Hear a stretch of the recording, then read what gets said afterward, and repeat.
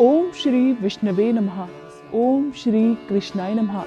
आज सुनिए मोक्षदा एकादशी की व्रत कथा। कथा प्रारंभ करने से पहले आप सभी से अनुरोध है, कमेंट बॉक्स में विष्णु भगवान की जय जरूर लिखिएगा। धर्मराज युधिष्ठिर ने उत्पन्ना एकादशी की उत्पत्ति, महिमा और महात्म्य आदि सुनकर भगवान कृष्ण से कहा, हे परम पूजनीय भगवान कृष्ण, हे त्रिलोकीनाथ, आप सभी को मोक्ष और सुख देने वाले हैं। मैं आपको प्रणाम करता हूँ। हे प्रभु, आप सभी पर कृपा करके मेरी एक जिज्ञासा को कृपा पूर्वक शांत कीजिए। तब भगवान कृष्ण ने कहा, हे धर्मराज, जो कुछ भी जानना चाहते हो निर्भय होकर कहो, मैं अवश्य ही तुम्हारी जिज्ञासा को शांत करूंगा। तब धर्मराज कहने लगे, हे प्रभु, यह जो आपने मार्गशीर्ष मास के कृष्ण पक्ष की एकादशी के विषय में बताया है, उसे सुनकर मुझे बड़ी ही शांति प्राप्त हुई। अब आप कृपया कर मार्गशीर्ष मास के शुक्ल पक्ष में जो एकादशी पड़ती है, उसके विषय में भी बताने की कृपा करें।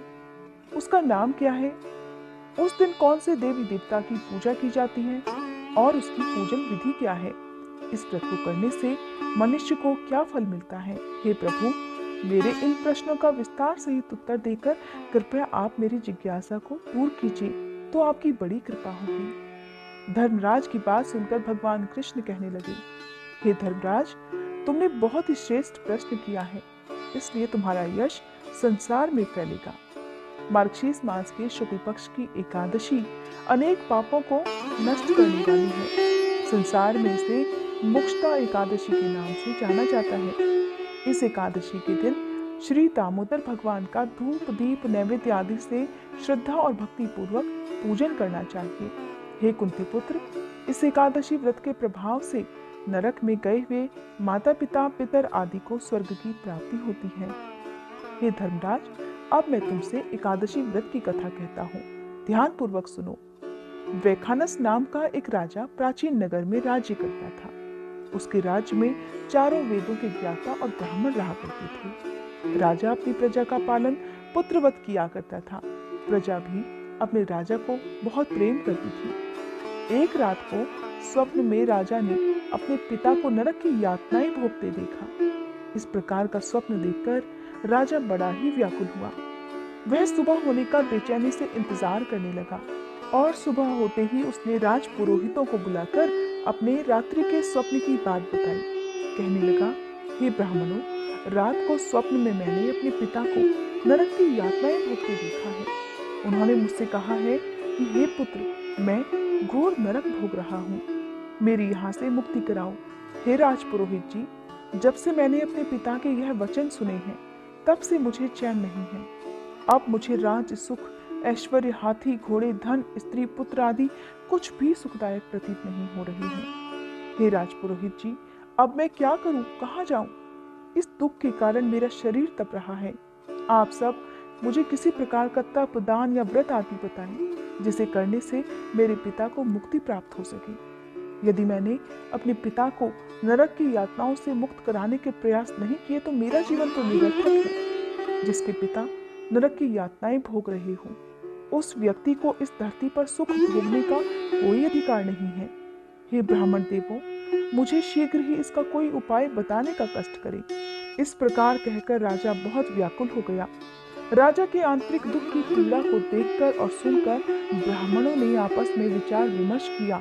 फिर सभी एकमत होकर राजा से कहने लगे, हे राजन, वर्तमान, भूत और भविष्य के ज्ञाता पर्वत नाम के एक मुनि हैं।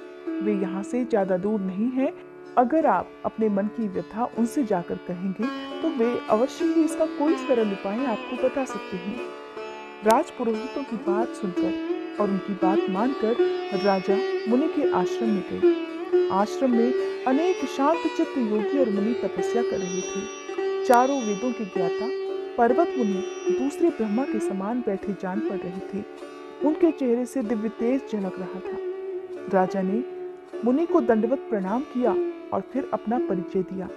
पर्वत मुनि ने राजा से कुशल क्षेम पूछी। तब राजा कहने लगे, हे मुनिवर, आपकी कृपा से मेरे राज्य में सब कुछ कुशल मंगल है, किंतु मेरे सामने अचानक ही एक ऐसी समस्या खड़ी है जिससे मेरा हृदय बड़ा ही अशांत हो रहा है। और तब राजा ने बड़े ही दुखी मन से रात को देखे गए स्वप्न की पूरी बात पर्वत मुनि को बता दी और फिर दुखी स्वर में कहने लगे, हे महर्षि, अब आप कृपया कर मेरा मार्गदर्शन कीजिए कि ऐसे में मुझे क्या उपाय करना चाहिए। कैसे मैं अपने पिता को नरक की यातना से मुक्ति दिला सकता हूँ। हे मुनिवर, जब से रात को मैंने अपने पिता के बारे में ऐसा स्वप्न देखा है, तब से मुझे एक क्षण को भी चैन नहीं है। कृपया कर मुझे इस कष्ट से मुक्ति दिलाइए और कोई समाधान भी बताइए। तब राजा की बात पर्वत मुनि ने बड़ी गंभीरता पूर्वक सुनी। फिर अपनी आंखें बंद कर भूत और भविष्य पर विचार करने लगे। कुछ पलों तक ध्यान और चिंतन करने के बाद उन्होंने कहा, हे राजन, मैंने अपने योग बल के द्वारा तुम्हारे पिता के सभी कुकर्मों का ज्ञान प्राप्त कर लिया है और मैं जान चुका हूँ कि आज वो किस प्रकार और क्यों नरक भोग रहे हैं। दरअसल उन्होंने अपने पूर्व जन्म में अपनी पत्नियों में भेदभाव किया था। अपनी बड़ी रानी के कहने में आकर उन्होंने अपनी दूसरी पत्नी को ऋतुदान मांगने पर नहीं दिया। उसी पाप के कर्म के कारण तुम्हारे पिता नरक में गए हैं। यह जानकर वैखानस राजा ने याचना भरे स्वर में कहा, हे ऋषिवर, मेरे पिता के उद्धार का कोई तो उपाय होगा। कृपया आप मुझे उस उपाय को बताने की कृपा करें कि किस प्रकार मेरे पिता इस पाप से मुक्त हो सकेंगे। तब पर्वत मुनि कहने लगे, हे राजन, मार्गशीर्ष मास के शुक्ल पक्ष में जो एकादशी होती है उसे मोक्षदा एकादशी कहते हैं और यह मोक्ष प्रदान करने वाली होती है। आप इस मोक्षदा एकादशी का व्रत श्रद्धा और निष्ठा के साथ करें और उस व्रत के पुण्य को संकल्प करके अपने पिता को अर्पित कर दें। एकादशी व्रत के पुण्य से आपके पिता को अवश्य ही नरक से मुक्ति मिल जाएगी। पर्वत मुनि के ऐसे वचनों को सुनकर राजा ने उन्हें धन्यवाद किया। उन्हें प्रणाम कर राजा अपने राज्य को लौट आया और परिवार सहित मोक्षदा एकादशी का विधि पूर्वक व्रत किया।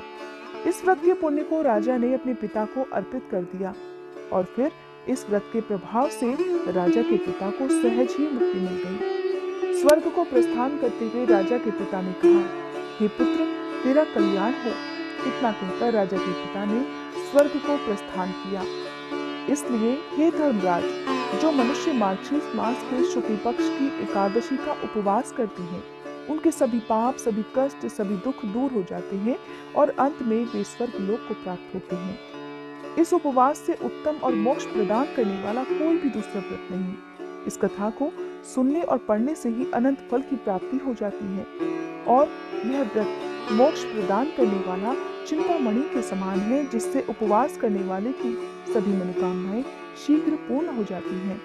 हे धर्मराज, प्रत्येक मनुष्य की प्रबल इच्छा होती है कि वो अंत समय में मोक्ष प्राप्त करे।